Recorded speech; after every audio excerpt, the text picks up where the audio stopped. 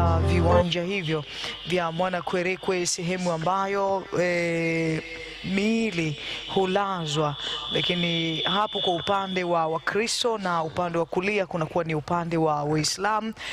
Maeneo hayo tumezoea sana kabisa, ni sehemu maalum ambalo pia limetengwa kwa ajili ya kwenda kupumzisha miili ya wale ambao wameshatangulia kwenda kupumzika huko katika safari yao ya milele. Na moja kwa moja Charles Hilary